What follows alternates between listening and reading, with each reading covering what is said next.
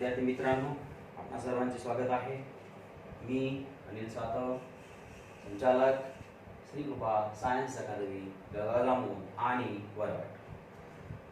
तर बघा, आता जे विद्यार्थी या फाउंडेशन बॅचेसला उशिराने जॉईन झालेले आहेत, अशा विद्यार्थ्यांनी लक्षात ठेवायचं की प्रत्येक विषयाचं जे यूट्यूब चॅनल आहे ते यूट्यूब चॅनल आपल्याला सबस्क्राईब करायचं आहे। यूट्यूब चॅनल सबस्क्राईब केल्यामुळे मागील जे व्हिडिओ लेक्चर आहे ते आपल्याला तिथं पाहता येते आणि त्यामुळे सर्वांनी आमचे जे यूट्यूब व्हिडिओ चॅनल आहे ते आपल्याला सबस्क्राईब करायचे आहे। त्याचप्रमाणे त्यांना लाईक सुद्धा करा आणि आपल्या मित्रांना शेअर सुद्धा आपल्याला करायचं आहे। तर बघा, आता आपलं जे मागचं सेकंड व्हिडिओ लेक्चर होतं त्यामध्ये आपण पाहिलं होतं की requirements to study the physics, म्हणजेच फिजिक्सची स्टडी करण्यासाठी कुठल्या गोष्टींची रिक्वायरमेंट्स असेल, नेसेसिटी असेल, गरज असेल, कोणकोणत्या गोष्टी आपल्याला आल्या पाहिजेत जेणेकरून फिजिक्सच्या सब्जेक्टचा स्टडी आपल्याला इझिली करता येईल आणि अगदी तो सोप्या पद्धतीनं झाला पाहिजे, सर्वांना अगदी सहज समजलं पाहिजे। तर सगळ्यात पहिला पॉइंट आपण सांगितला होता, बघा तुम्हाला आठवते का? Requirements to study the physics. Number 1 requirement is the mathematics. तर फिजिक्सचा स्टडी करण्यासाठी मॅथमॅटिक्स हा अत्यंत महत्त्वाचा रोल प्ले करतो, लक्षात घ्यायचं। तर 10 पर्यंत जे मॅथ तुम्ही स्टडी केलेला आहे त्यामध्ये काही इम्पॉर्टंट असे टॉपिक्स आहेत ज्याचा आपल्याला फिजिक्सचा स्टडी करताना चांगल्या प्रकारे उपयोग होणार आहे। तर असे काही टॉपिक्स आहेत। नंबर 1 आणि अत्यंत इम्पॉर्टंट पार्ट तो म्हणजे ट्रिग्नॉमेट्री। तर हा अत्यंत महत्त्वाचा असा पार्ट आहे, त्यामुळे याच्या संदर्भात असणारे सर्व कन्सेप्ट हे तुम्हाला रिवाइज करायचे आहेत आणि हाच आपला अत्यंत महत्त्वाचा असा भाग आहे, लक्षात घ्यायचं। म्हणजे आता याच्या पुढचे एज्युकेशन घेताना ट्रिग्नॉमेट्री हा सगळ्यात मेन रोल प्ले करतो। त्याचप्रमाणे कोऑर्डिनेट जॉमेट्री असेल, त्यानंतर एरिया अँड व्हॉल्यूम हे सुद्धा तुम्ही 7-8 पासून चॅप्टरचा स्टडी करत आहात। तर एरिया अँड व्हॉल्यूम हे चॅप्टर झालं। त्याच्यानंतर variation, direct variation and indirect variation. तर असे काही महत्त्वाचे टॉपिक आहे, त्यांचा आपल्याला आता पुढं स्टडी करताना उपयोग होणार आहे। त्यामुळे हे जे टॉपिक्स आहेत त्यांच्यावरती तुमची चांगल्या प्रकारची कमांड असणं अत्यंत गरजेचं आहे। पण तू लक्षात घ्या विद्यार्थ्यांनो की एवढ्यावरच आपल्याला पुढचा जो सिलेबस आहे तो स्टडी करता येणार नाही। तर त्यासाठी आणखी आवश्यक असणारे काही अत्यंत महत्त्वाचे असे टॉपिक आहेत ज्यांचा स्टडी तुमचा आजपर्यंत झालेला नाही आणि ते मेजर टॉपिक्स तुम्हाला 11th आणि 12th या क्लासमध्ये स्टडी करायचे आहे मॅथ सब्जेक्टमध्ये, आणि ते आहे लिमिट, डेरिव्हेटिव्ह आणि इंटिग्रेशन। तर फिजिक्सचा स्टडी करताना मोस्ट ऑफ पार्टमध्ये म्हणजे टोटल सिलेबसमध्ये आपल्याला लिमिट, डेरिव्हेटिव्ह, इंटिग्रेशन यांचा यूज करावा लागतो, त्याशिवाय आपण आपले कन्सेप्ट एक्सप्लेन करू शकत नाही। आणि त्याकरता हे जे टॉपिक्स आहेत पुढच्या येणाऱ्या भविष्यातले म्हणजे 11th आणि 10th मध्ये येणारे जे टॉपिक्स आहेत हे सुद्धा तुम्हाला चांगल्या प्रकारे आले पाहिजे, तेव्हाच हा जो सब्जेक्ट आहे आपल्याला अगदी सहज समजू शकतो। तर फाउंडेशन बॅचेस आहे, आपण सुरुवातीला क्लिअर केलेलं आहे की ह्या फाउंडेशन बॅचेसची आपल्याला काय गरज आहे।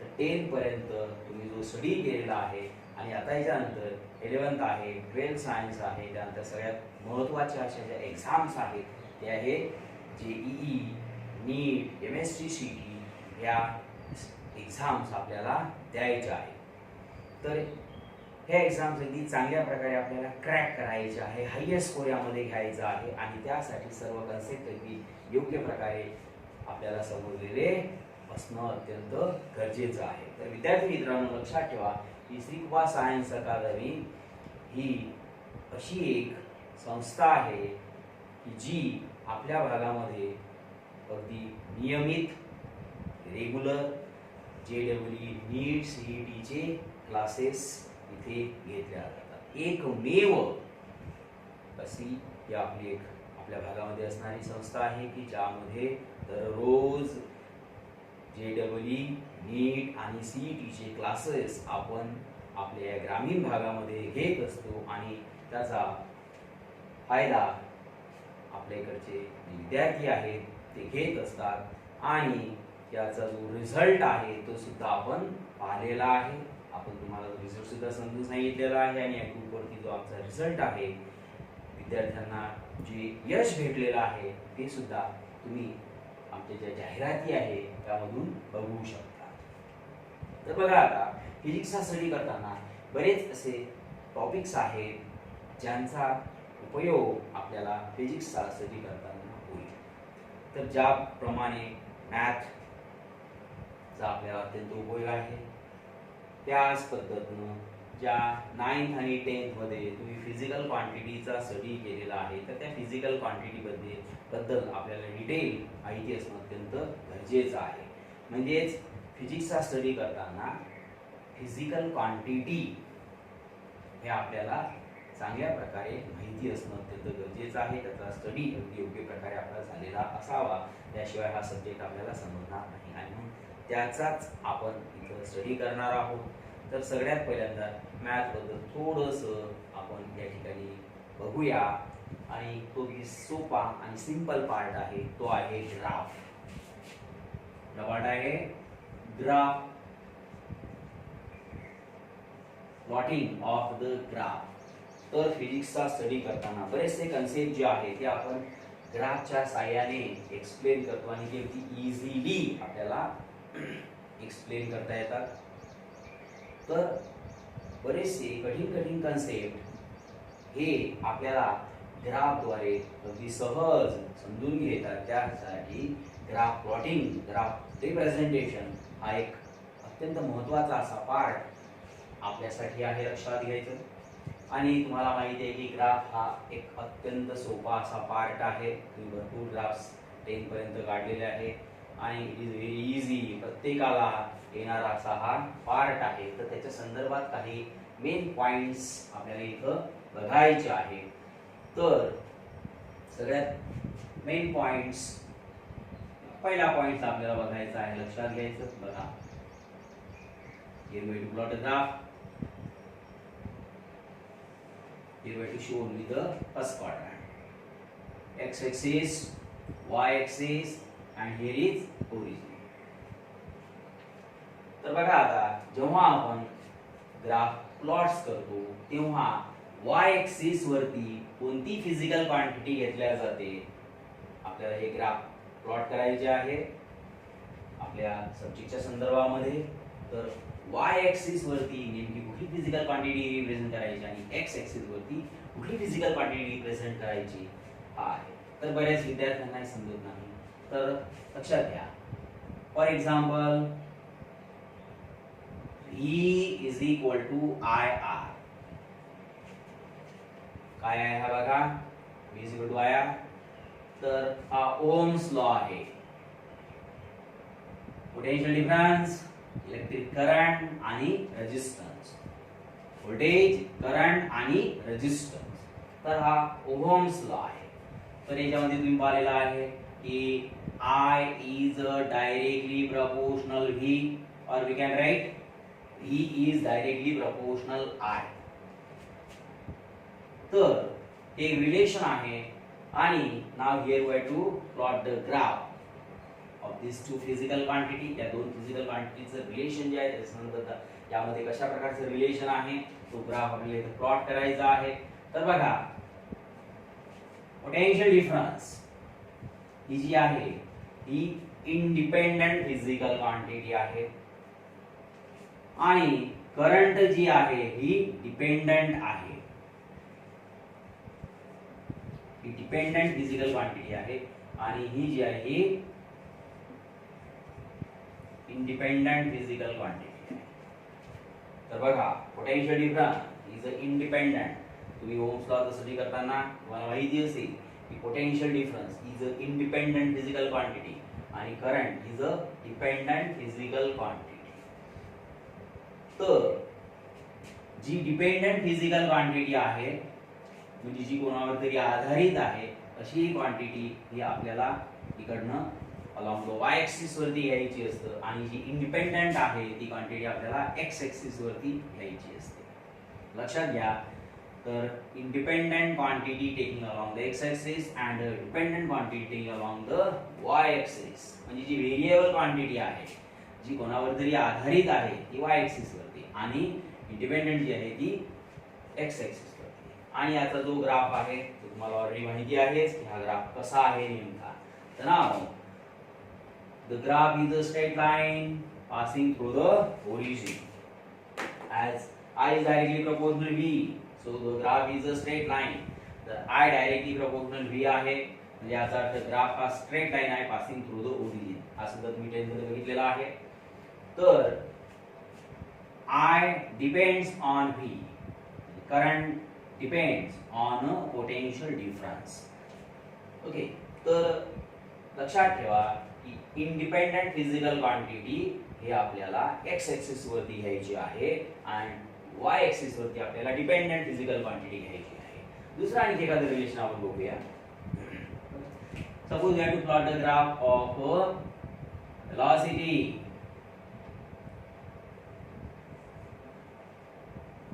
Against time. बघा हा जो व्ही आहे व्होल्टेजचा नाही, हा आहे velocity and t represent for the time. Now here we have to plot the graph of velocity against the time. तर असा ग्राफ जर टाइम तुम्ही ग्राफ बघितलेले आहेत वेगवेगळ्या फिजिकल क्वांटिटीचे जे ग्राफ्स आहेत ते तुम्ही स्टडी केलेला आहे. तर here we have to plot the graph of velocity against the time. तर आता या दोन फिजिकल क्वांटिटी मध्ये बघायचं की कुठलीही इंडिपेंडंट फिजिकल क्वांटिटी आणि कुठली डिपेंडंट फिजिकल क्वांटिटी ते आपल्याला आयडेंटिफाय करता आलं पाहिजे. तर जे टाइम आहे ती इंडिपेंडंट फिजिकल क्वांटिटी आहे. मग समय हूं आठवलं तर तो टाइम हा इंडिपेंडंट आहे, तो कोणावरही आधारित नाही. And velocity depends upon time. Velocity depends upon time म्हणजे वेलोसिटी डिपेंडंट फिजिकल क्वांटिटी आहे आणि टाइम ही इंडिपेंडंट फिजिकल क्वांटिटी आहे. आणि त्यामुळे जेव्हा आपण यांचा ग्राफ प्लॉट करणार तेव्हा आपल्याला velocity here going to be taking along the y-axis and time is along the x-axis. It is y-axis represent velocity and the x-axis represent the time. म्हणजेच आपल्याला याच्यावरती टाइम रिप्रेझेंट करायचा आहे आणि याच्यावरती आपल्याला velocity रिप्रेझेंट करायची आहे. ओके. तर या एवढ्या याच्यामध्ये एकच पॉइंट महत्वाचा आहे म्हणजे याच्यामध्ये जो बेसिक पार्ट आहे आपलं कामच आहे तुम्हाला बेसिक समजून सांगायचं. तर यामधला जो बेसिक पार्ट आहे तो फक्त काय आहे बघा. along the x axis we have to always take the independent physical quantity and along the y axis we have to always represent the dependent physical quantity. Okay, that clear? तर हा एक पहिला पॉइंट आपल्या या ठिकाणी आता clear झालेला आहे. आता आपण सेकंड पॉइंट जो आहे त्याच्याकडे थोडंसं जाऊया आणि तो आहे slope. Slope of the graph. हा जो आपण ग्राफ काढलेला आहे याचा स्लोप काढायचा आहे आपल्याला. Now that slope is represented by the quantity m. तुम्हाला माहिती असेल की जो स्लोप आहे हा m ने दाखवला जातो आणि हा जो स्लोप आहे हा काढायचा कसा याचा फॉर्म्युला तो सुद्धा तुम्हाला अगदी चांगल्या प्रकारे माहिती आहे. It becomes y2 minus y1 divided by x2 minus x1. म्हणजे slope is equal to y intercept divided by x intercept. तर बघा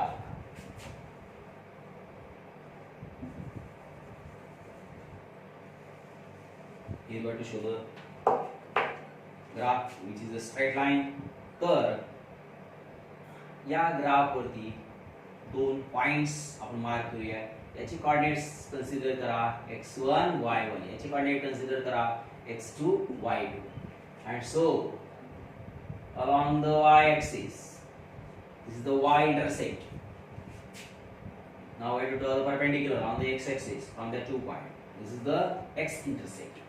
The slope is the ratio of y intercept upon x intercept.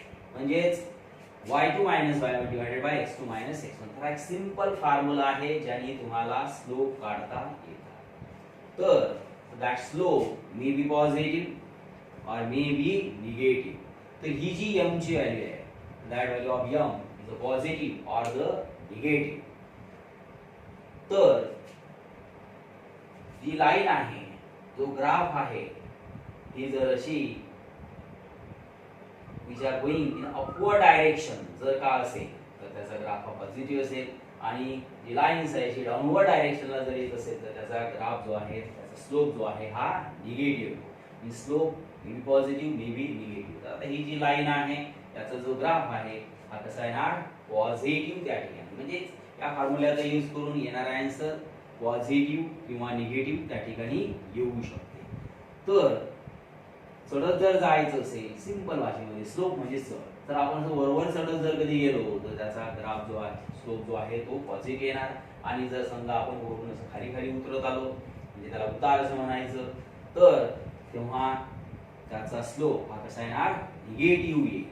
तर हा एक second point जो आहे तो आपल्याला लक्षात ठेवायचा आहे. आणखी बघा, हा स्ट्रेट लाईनच्या संदर्भात आपण पाहला.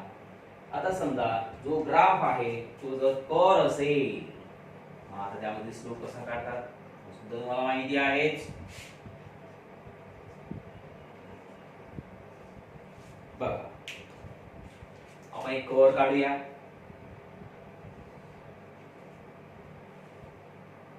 तो ग्राफ इज अ कर्व आणि याचा आपल्याला स्लोप काढायचा आहे. तर त्यासाठी हा एक पॉइंट्स आपण याच्यावरती घेतला आणि आपल्याला आता याचा ग्राफ प्लॉट करायचा आहे. So for that you know that here we have to draw the tangent to this curve, which are passing through this point.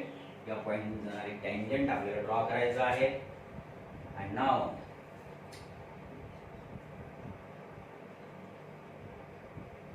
complete the right angle.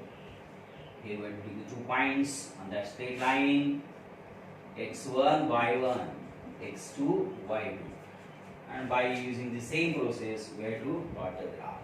म्हणजे बघा, स्ट्रेट लाईन असेल तर स्लोप कसा काढायचा, आणि curve line असेल तरीही आपल्याला स्लोप अगदी इझिली काढता येतो. त्यासाठी ही जी प्रोसेस आहे ती तुम्हाला माहिती आहे, लक्षात घ्यायचं. तर नेक्स्ट पार्ट बघायचा आहे. म्हणजे बघा, या सेकंड पॉइंट मध्ये आपण काय पाहिलं की स्लोप कसा काढायचा, आणि तो स्लोप पॉझिटिव्ह किंवा निगेटिव्ह असतो. स्ट्रेट लाईन असेल तर स्लोप कसा काढायचा, कर्व असेल तर स्लोप काढण्याची जी प्रोसेस आहे ती सुद्धा तुम्हाला माहिती आहे. आता याच्यानंतर नेक्स्ट पॉइंट आपण बघूया. y axis, x axis, and here is the origin. Now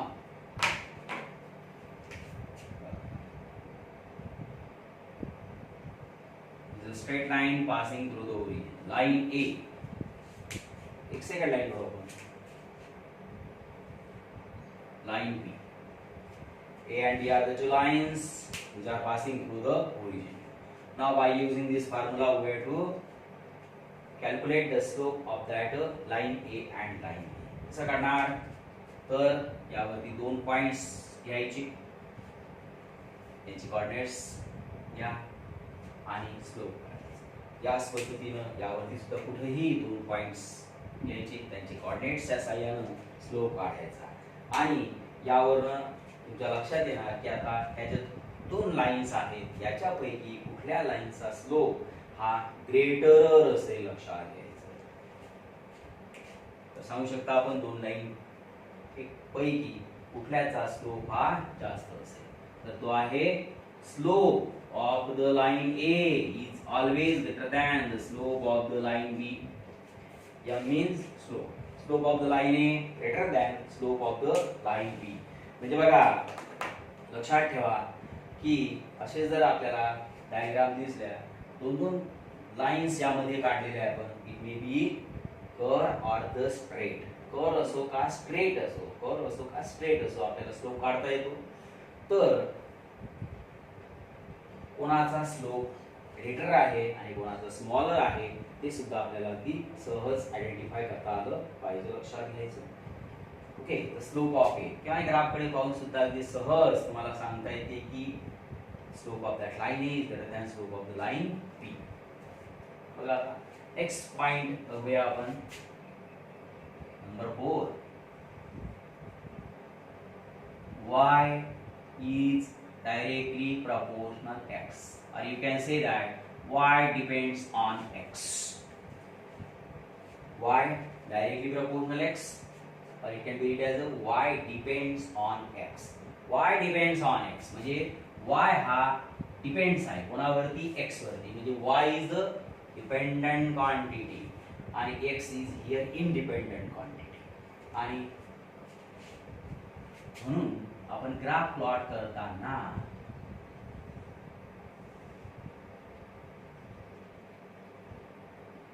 y represent along y axis and here is the x. जो ऑलरेडी आहे रेग्युलर आपला तोच पॅटर्न आहे. तर हियर द कॉन्स्टंट किंवा आपण याला एक कॉन्स्टंट ऑफ प्रोपोगेशन घेऊन टाका, y is equal to mx. Here is the constant of that proportionality और here is the slope. Simple equation आहे. दुसरी इक्वेशन मॅथ मध्ये तुम्हाला माहिती आहे, the form of y is equal to mx. तर हे इक्वेशन आहे लाईनचं, this the equation of line. y is equal to mx तुम्हाला माहिती आहे, सगळ्यांना माहिती आहे. Suppose here we have to take m is equal to 2. समजा m ची व्हॅल्यू आपण 2 घेऊ, 2 घ्या, 3 घ्या, 1 घ्या, काही घ्या. Then you get y is equal to 2x. y becomes the 2x. तर बघा की कोऑर्डिनेट टेबल आपण तयार करू, x y 1 2 3 minimum 3 lines, 3 numbers आपल्याला घ्यायचे. हे वेट टेक द 3 सेट्स. बघा x ही इंडिपेंडेंट क्वांटिटी आहे, ती आपण घेऊन टाकू. For example x is equal to 1 2 3 and the corresponding value of y. बघा इथं काय करायचं, x व्हॅल्यू 1 टाका, you got y is equal to 2. इथे x व्हॅल्यू 2 पुट करा, then you get 4. इथे x व्हॅल्यू 3 पुट करा, then you got 6. तर बघा y depends on x. y depends on x. इथं आपण कन्सिडर केलं, suppose m is equal to 2. तुम्ही कन्सिडर करा m is equal to 3, m is equal to 4, m is equal to 1. त्यामुळे काय झालं, y चे जे कोऑर्डिनेट्स आहे हे आता वेगळे आहेत. आपण एक एक्झाम्पल या ठिकाणी घेऊ. आणि now here we have to plot a graph, आणि याचा ग्राफ आपल्याला प्लॉट करायचा आहे. तर बघा along the x axis 1 2 3 1 2 along y axis आपण स्केल घेऊया 2 4 6 8. and now to the points. First point बघा 1 and 2 1 and 2. बघा हा जो point x coordinate is 1, y coordinate is 2. म्हणजे इथे तो पॉइंट्स येणार. Second 2 4 2 and 4. तर हा असा पॉइंट इथं येईल. नेक्स्ट 6 and 3 म्हणजे 3 आणि 6.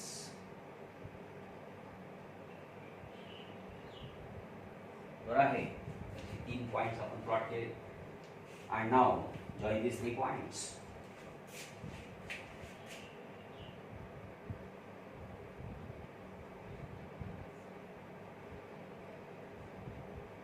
We become the straight line. We become the straight line. म्हणजे आपलं रिलेशन आहे y is directly proportional x or y is equal to mx. तर तुम्हाला माहिती आहे की this is the equation of the straight line passing through the origin. तर याचं एक नेचर आपण या ठिकाणी काढलं. बरोबर आहे. ग्राफचा आपला अंदाज जे आहे त्यामुळे ही स्ट्रेट लाईन लक्षात ठेवायचं, आपण स्केल वगैरे लावलेली नाही. तर y is equal to 2x, y is equal to mx. ही जी इक्वेशन आहे y is equal to 2x, याचा हा ग्राफ आहे आणि it is a straight line passing through the origin. Next relation आपण घेऊया या ठिकाणी. बघा आता आता डायरेक्ट आपल्याला नेचर दाखवायचे आहे. Next one is the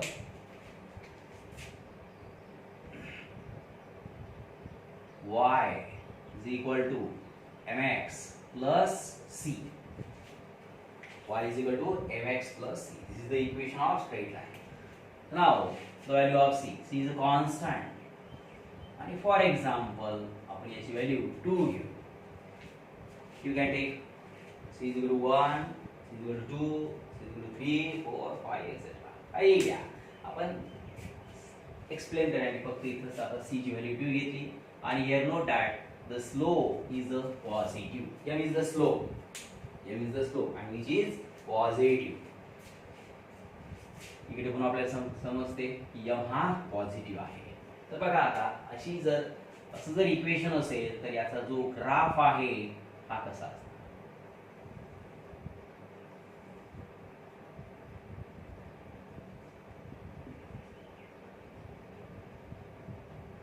one 2 3 4 1 2 3 4 आपण समजा मार्किंग केली. तर स्लोप जो आहे तो पॉझिटिव्ह आहे. म्हणजे याचा अर्थ ग्राफ हा असा वरती जाणारा असेल in upward direction. and c is a 2 and so this straight line cuts to the y axis at point 2. आणि म्हणून जो ग्राफ आहे तर graph of this line start from the point 2 आणि स्लोप पॉझिटिव्ह आहे त्यामुळे ग्राफ आपल्याला वर काढावा लागेल. बघा 2 पॉइंट लक्षात घ्यायचे. स्लोप पॉझिटिव्ह आणि त्यानंतर कॉन्स्टंट जो आहे the value of c is a 2 and so that straight line cuts on the y axis at 2 आणि तो ग्राफ जो आहे तो वरच्या डायरेक्शनला असेल. Now next one y is equal to mx minus c. बघा काय केलं आपण नेक्स्ट इक्वेशन घेतलं y is equal to mx plus c. तर इथं आपल्याला काय दिसतं बघा स्लोप इज पॉझिटिव्ह पण हा जो कॉन्स्टंट आहे हा निगेटिव्ह आहे. आपण व्हॅल्यू मागचीच घेऊया 2. Suppose value of c is a 2 for simplicity and now plot a graph.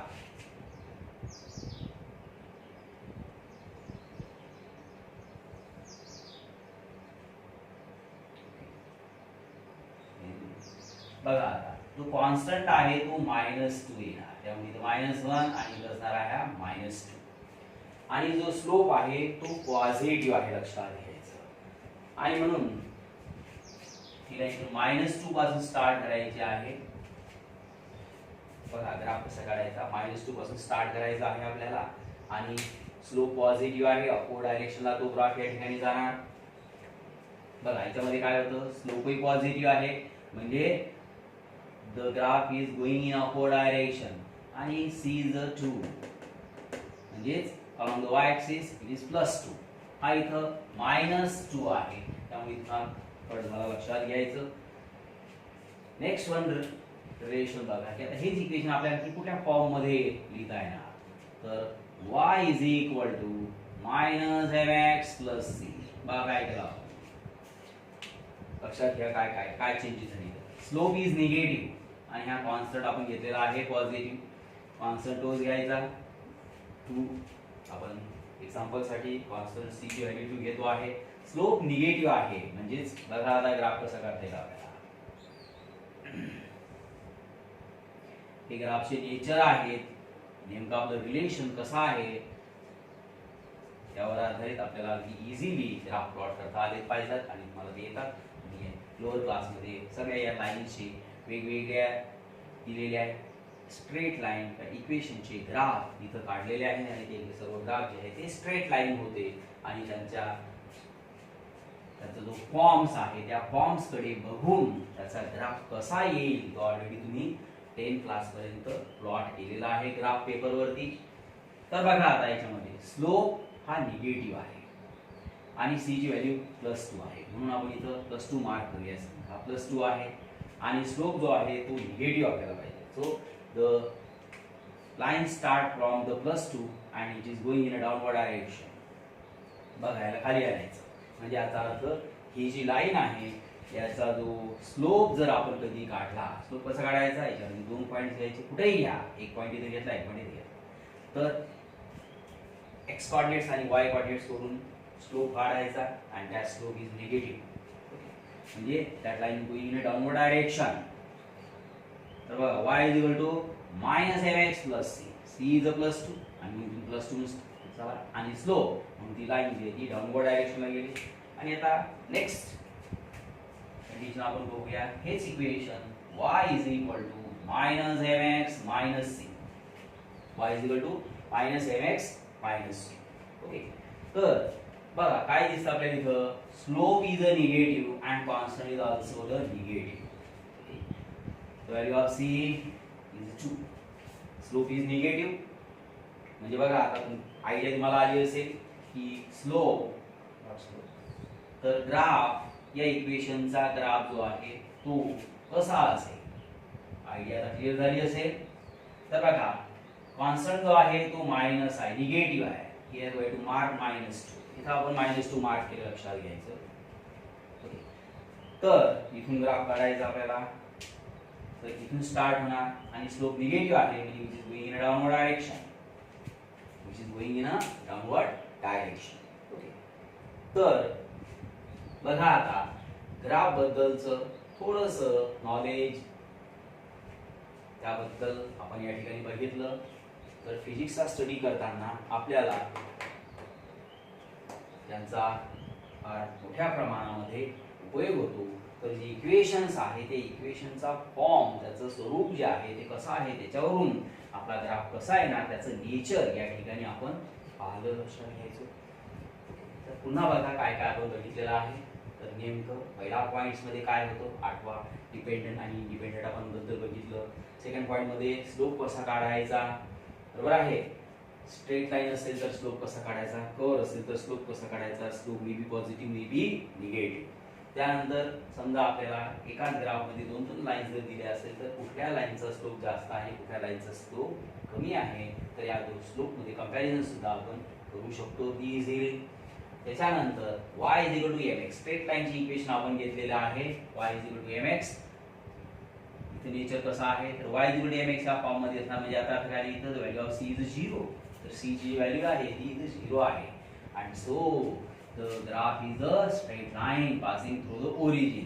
बाकी या ठिकाणी प्लस सी आलेला आहे, तर सी ची व्हॅल्यू आली, सी 0 असेल म्हणजे graph is a straight line passing through the origin.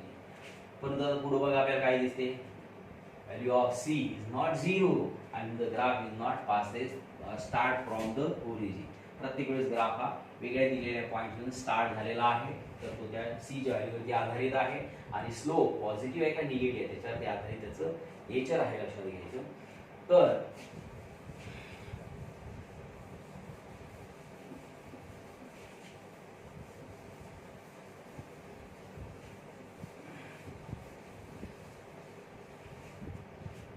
बघा एक रिलेशन आहे जे आपण ऑलरेडी पाहिलेलं आहे, y is directly proportional x. आता आपण एखादं वेगळं रिलेशन घेणार, y इन्व्हर्सली प्रपोर्शनल x.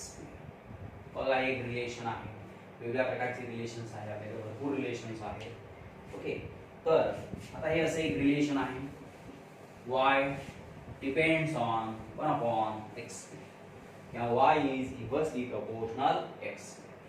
तर आता हे जे रिलेशन दिलेलं आहे आपल्याला याचा ग्राफ काढायचा आहे. कसा काढता येईल बघा, तर y is a independent, y is a dependent and x is a independent.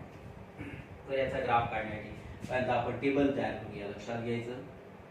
Coordinate table plot करायचा, ड्रॉ करा, नॉट प्लॉट. तर बघा x जी आहे ती इंडिपेंडंट क्वांटिटी आहे, ती आपण घेऊया आणि व्हॅल्यूज घेताना अगदी सुटेबल घ्या. Suppose we have to take x is equal to 1. आता x ची व्हॅल्यू जर इथे टाकली, एक रिलेशन तयार करूया पहिला, y is equal to, here we have to take the constant of proportionality is 1. बघा इथं कॉन्स्टंट ऑफ प्रपोर्शनॅलिटी आपण m घेतला होता, मध्ये m इज 2 होतं, पुढच्या याच्या c ची व्हॅल्यू 2 आहे ना, स्लोप नाही. तर रिलेशन तयार केलं, y is inversely proportional x square means y is equal to, इथे कॉन्स्टंट असेल त्या कॉन्स्टंटची व्हॅल्यू आपण 1 कन्सिडर केली, y is equal to 1 upon x square. तर for the simplicity graph easily काढता आला पाहिजे, आपल्याला त्यांचं नेचर बघायचं आहे आणि ग्राफचं प्लॉटिंग सुद्धा इझिली झालं पाहिजे. त्यासाठी आपण आता पुढची जी रिलेशन त्यामध्ये जो कॉन्स्टंट आहे किंवा जो स्लोप आहे तो आपल्याला 1 कन्सिडर करायचा आहे. तर बघा आता या रिलेशन मध्ये x ची व्हॅल्यू इथं 1 पुट करा, 1 स्क्वेअर इज 1 म्हणजे व्हॅल्यू ऑफ y इज 1. समजलं काय? इथे x ची व्हॅल्यू 1 पुट करा, 1 स्क्वेअर 1 म्हणजे 1 upon 1 म्हणजे 1. ओके, आता नेक्स्ट x ची व्हॅल्यू आपण 2 कन्सिडर करूया. x ची व्हॅल्यू 2 स्क्वेअर 4 म्हणजे काय झालं 1/4. y ची व्हॅल्यू झाली 1/4. 1/4 म्हणजे 0.25. नेक्स्ट व्हॅल्यू कन्सिडर करा, फॉर एक्झाम्पल आपण 4 घेऊया. मग 4 स्क्वेअर 60 म्हणजे 1/16 किंवा 0.0625. ओके, तर बघा आता हा ग्राफ आपल्याला प्लॉट करायचा आहे. व्हॅल्यूज तुमच्याकडे आहेत.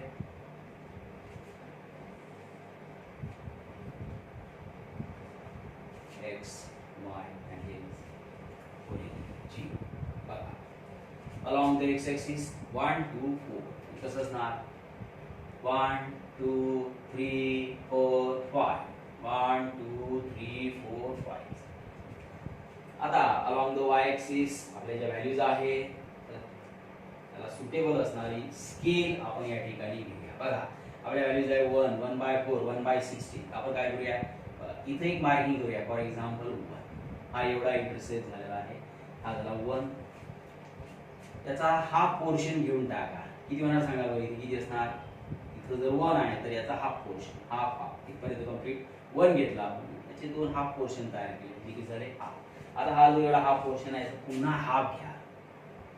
1/2 च्या अर्धे किती येतात बघा 1/4 इथे येतात, म्हणजे आपला हा कॉर्डिनेट्स दाखवत आहे. आता 1/4 च्या हाफ करायचे आणखी.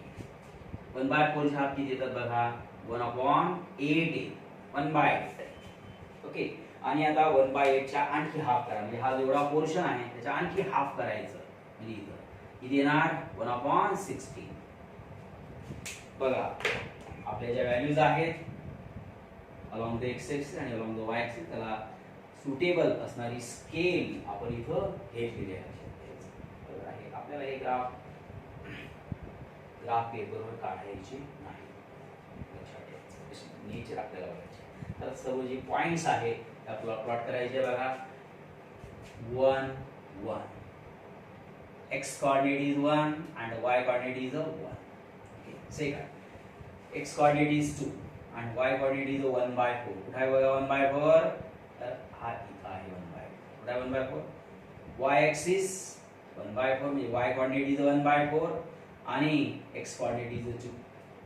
नेक्स्ट वन 4 आहे. आता 4 घेतला, जेणेकरून हे काय घेतलं नाही करायचं मार्किंग करताना आपल्याला थोडंसं कठीण गेला असता, म्हणून आपण 3 च्या ऐवजी 4 घेणार, म्हणजे सुटेबल डिपेंडन्स क्वांटिटी आपल्याला कन्सिडर करायची आहे. तर आता बघा x coordinate जो आहे तो 4 असेल, परंतु y coordinate जो आहे तो 1/16 म्हणजे हा 1/16 आणि 4. बघा परिणाम पॉइंट्स साठी आहे. and now join that points आणि हे जे पॉइंट्स आहे यांना जॉइन करायचं. So the nature of the ग्राफचं जे नेचर आहे लक्षात घ्यायचं. Is a graph is a curve. जो ग्राफ आहे तो कसा आलेला आहे कर्व आलेला. तर या पद्धतीनं वेगवेगळ्या प्रकारचे रिलेशन्स घेऊन मला हे ग्राफ काढायचे आहे. तर बघा आता आज आपल्याला काही होमवर्क आपण देतो आहे. तर सगळ्या विद्यार्थ्यांनी लक्षात ठेवायचं की वेगवेगळ्या सब्जेक्टचा व्हिडिओ बघत असताना नुसतं तो पाहून चालणार नाही, तर त्यासाठी प्रत्येक सब्जेक्टसाठी आपल्याला एक नोटबुक करायची आहे आणि व्हिडिओज पाहत असतानाच त्याला स्टॉप करून त्याच्यामध्ये ज्या काही आपल्याला मेन पॉइंट्स सांगितल्या गेलेले आहे, जे काही मेन इन्फॉर्मेशन असेल ती आपल्याला राईटअप करायची आहे. म्हणजे याचा अर्थ हे व्हिडिओ लेक्चर बघत असताना आपल्याला त्याच्या नोट्स रजिस्टर मध्ये तयार करायच्या आहेत, बरोबर आहे. आणि त्याचा आपल्याला पुढं भरपूर फायदा होईल आणि प्रत्येक सब्जेक्टसाठी एक नोटबुक आपल्याला मेंटेन करायची आहे. त्यामध्ये या सगळ्या नोट्स तुम्हाला लिहून काढायच्या आहेत. ओके, तर बघा आता नेक्स्ट वन आपल्याला काही आज होमवर्क करायचं आहे, बरोबर आहे. तर तुम्ही काही तुम्हाला होमवर्क देतो, काही ग्राफ तुम्हाला प्लॉट करायचे आहे. ग्राफ जे काढायचे आहे ते ग्राफ पेपरवर काढायचे नाही. अशाच प्रकारचे जे आपण काढलेले आहेत, बरोबर आहे. Y is directly proportional x relation झालं, y is inversely proportional x square. आता असे आणखी काही तुम्हाला रिलेशन देतो, त्याचे तुम्ही ग्राफ प्लॉट करायचे on the notebook, not on the graph paper. अशाच प्रकारचे टेबल तयार करा, सुटेबल व्हॅल्यूज घ्यायच्या आणि ग्राफ प्लॉट करा. नेचर आपल्याला बघा, काढून बघा आलं. तर फर्स्ट वन आपण बघणार आहोत Y inversely proportional x.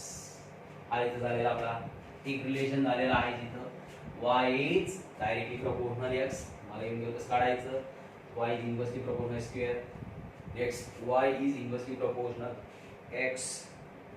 Second बघूया आपण Y square inversely proportional x, असं आपण लिहू शकतो. Next relation y is directly proportional x. Y square directly proportional x. Why? Y inversely proportional root x. Next one, y inversely proportional 1 root x.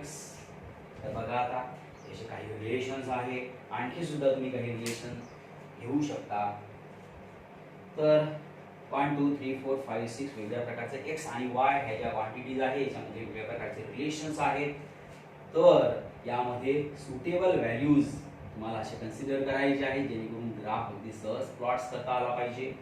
आणि असे graph plot करून त्याचं nature, ग्राफचं nature कसं येते, तर या सगळ्यांचं जे नेचर आहे ते कर्व आहे लक्षात घ्यायचं, नॉट अ स्ट्रेट लाईन.